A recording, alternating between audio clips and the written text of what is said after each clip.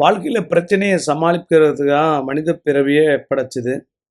பிரச்சனைகள் எல்லாருக்குமே இருக்குதுங்க. சின்ன பிரச்சனை, பெரிய பிரச்சனை, பிள்ளைக பிரச்சனை, கணவன் மனைவி பிரச்சனை, உறவுகள் பிரிஞ்சு இருக்கிற பிரச்சனை, இப்படி நிறைய பிரச்சனைகள் இருக்கலாம். சொத்து பிரச்சனை இருக்கலாம்.